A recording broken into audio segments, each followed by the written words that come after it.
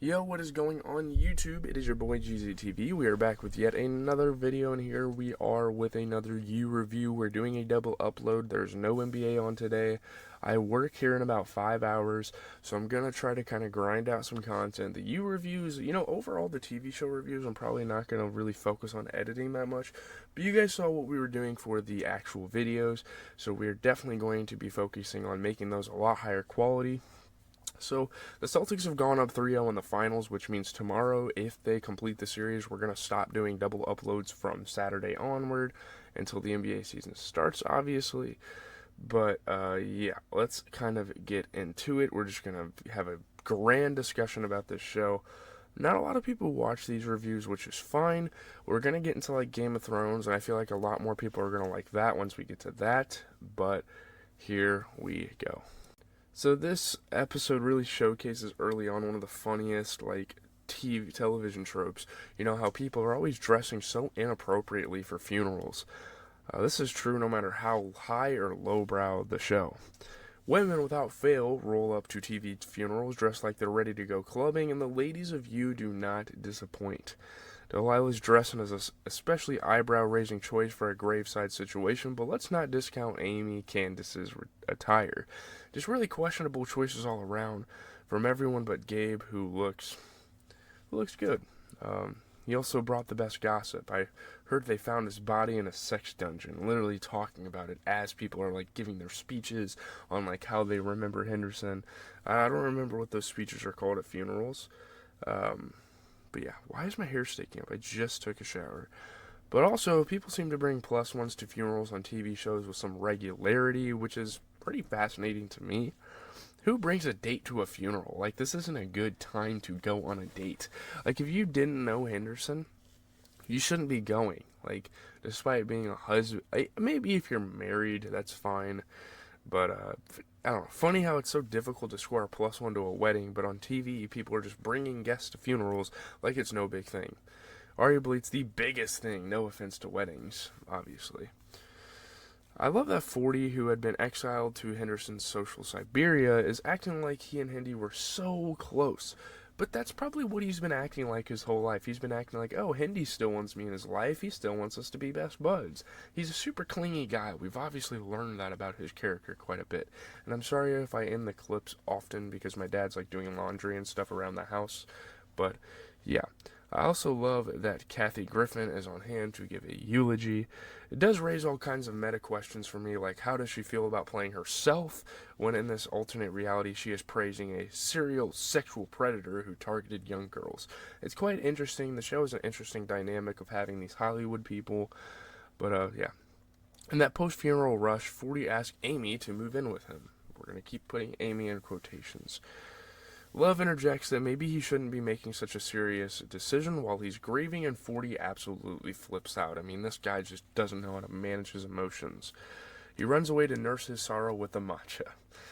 After he leaves, the gang discusses the 7 totems of Los Angeles, which I thought was a funny little thing, a smattering of cursed images that once a person spots them all, transfers upon said viewer the mantle of true Angelino. Like, you've really seen it all if you've seen these 7 things. And it's pretty cool. I really like how the show does stuff like this, and it uses like a foreshadowing throughout the episode and a funny little gag that they have going on. They are a rollerblader in booty shorts, a police helicopter, 2 starlets wearing the same dress, a pack of coyotes, a dog in a stroller, an off-brand superhero, and a palm tree on fire. By the end of the episode, Joe will catch them all, and like them telling him that and him seeing them all really like shows him, hey, maybe I should stay here and give it a chance, which is pretty funny and quite a clever way of them to persuade him to stay here. Must he stay in a city that disgusts him for the rest of his haunted life? Should he stay there?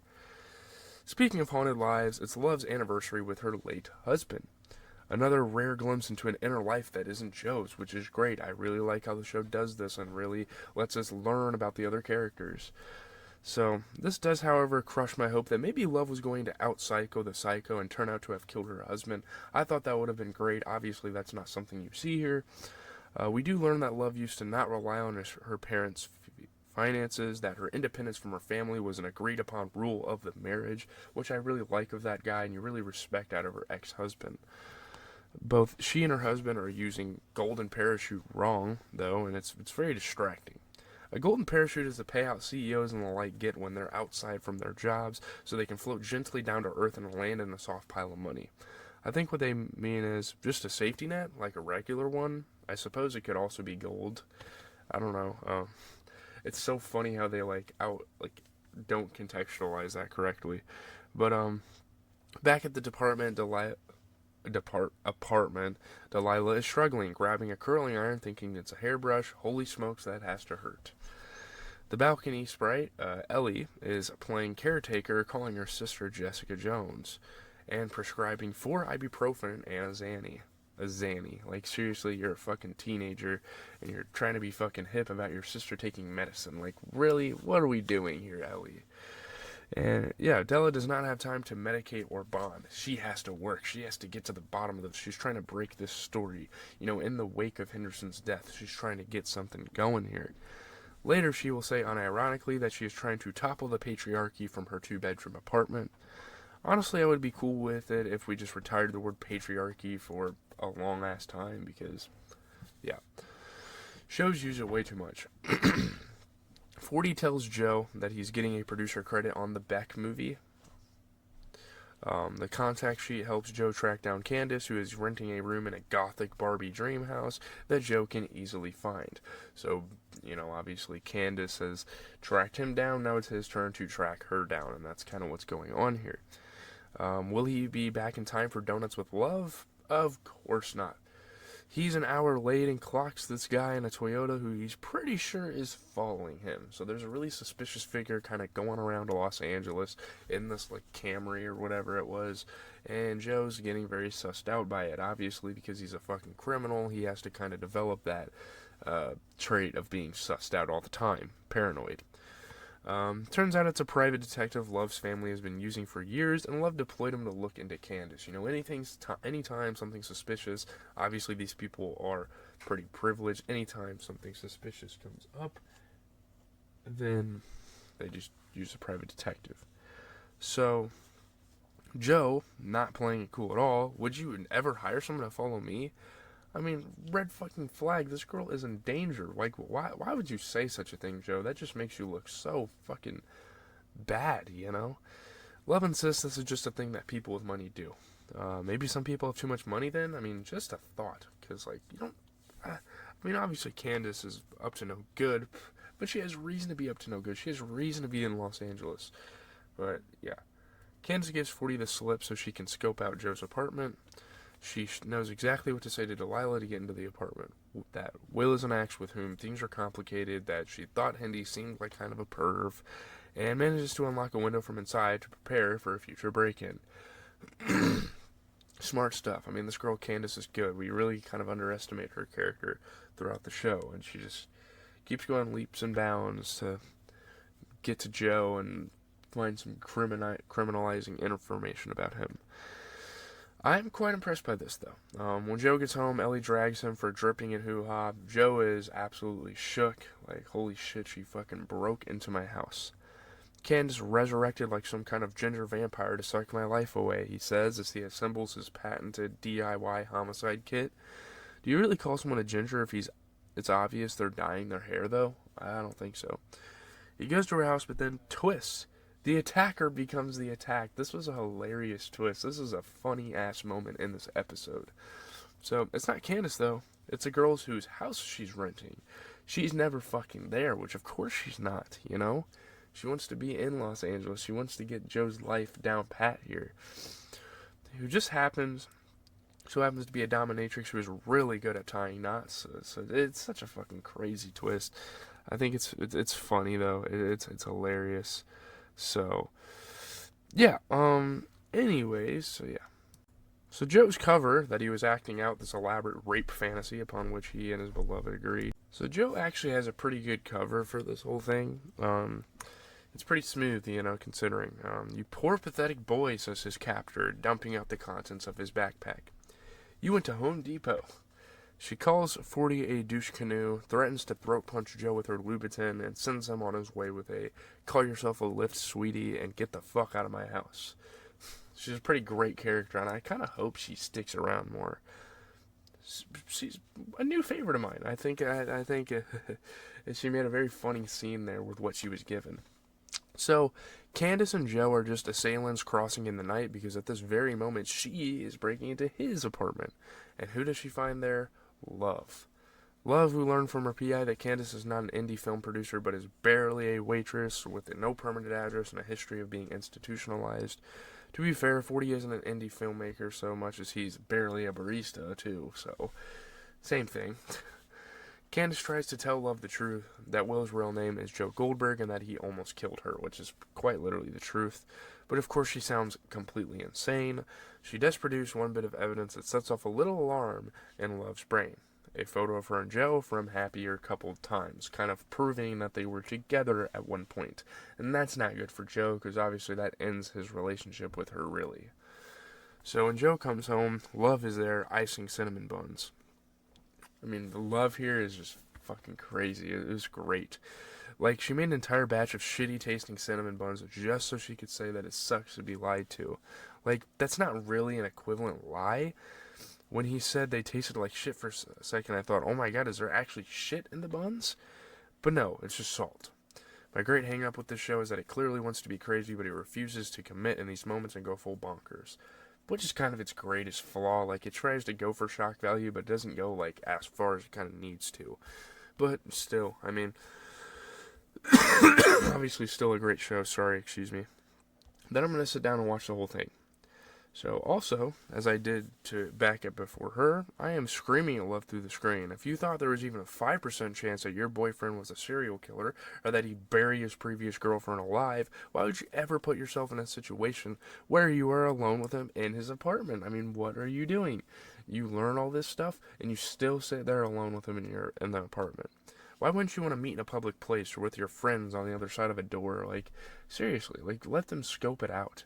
Have some security cameras up in there or something. But, Joe admits that his name is really Joe, but he spins it so that Candace sounds like the lunatic and he was running away from her. Which isn't entirely true. He has a whole riff on how Love can call him anything as long as she keeps, calling him. Like, what the fuck, Joe? Candace also told Love about Beck, but Joe insists he and Beck only went on one date. I mean, you're just blatantly lying now. At first, he was kind of twisting the truth to make it seem believable, but now he's just flat out lying in this moment. Love says Candace is gone for real, that she threatened her and gave her money. Okay. Joe desperately tells Love he's never loved anyone like this before. Love feels the same, but oh well, she's dumping him anyway. Now she's definitely gonna die. I mean, this doesn't look good for Love in this story. So, at an Anaver the next day, Joe attempts to quit his job. He doesn't want to be at this job if he can't be around this girl. Like, it doesn't seem, plausible for him. 40, however, believes in Joe, not just because he thinks Joe Goldberg is a better producer than him. 40 says Joe is the most authentic person he knows, just in case you were still wondering if he's still the worst judge of character in this show. I mean, my goodness. This is not an authentic person. He's literally has a fake identity. So, when Joe gets home, he sees Ellie storming out of Delilah's, so he pops in, concerned neighbor that he is. Obviously, I mean, he's a good man at heart, but he does some really shitty things, of course. It's worse than I thought, he thinks to himself, taking in the sight of a normal woman doing her job, surrounded by organized notes. Delilah is fuming about how this town enables rapists. I mean, Delilah, go to therapy. Do not go to jail. Please don't hook up. I mean, what is this decision here from Delilah? Because no one on the show listens to the viewer as you shout at them helplessly from your couch. They have fucking sex. They're not going to listen to you. Like, Delilah, why would you go with this guy? Joe refers to this in his head as the least I can do, which, wow, scumbag city. His post-coital professional advice is not really the direction I'd go. Essentially, why be the New Yorker when you can be babe.net? And Delilah kicks him out. Thanks for the D. Get the fuck out of my house. So she still has some common sense. For now, I will hold on to this. It is all that I have in this cruel world where palm trees burn in the night. So, Yeah, sorry for how long these reviews are. I just like having giant conversations about this show. But again, we're not going to edit the TV show reviews as much. Like, I'm really focusing on movies more because I literally have content lined up for the next, like, fucking 3 years, it seems like, for movies. So don't you guys worry. We're never going to be short on content of that nature. Obviously, NCAA is coming out soon. I'm going to be doing a 2K video this weekend. Um, might do like a double gameplay. I'm not really sure what I'm gonna do, but anyways, leave a like, comment, and subscribe. Those of you that are here for you don't necessarily care for this type of thing, so I kind of apologize for that. But hopefully you guys have been enjoying those movie reviews as well. I'm trying my best to make those as good as they can be, but again, I'm gonna get going on this. Put the clips together, get them out to you guys as soon as possible. I know not a lot of people watch it, but there you go.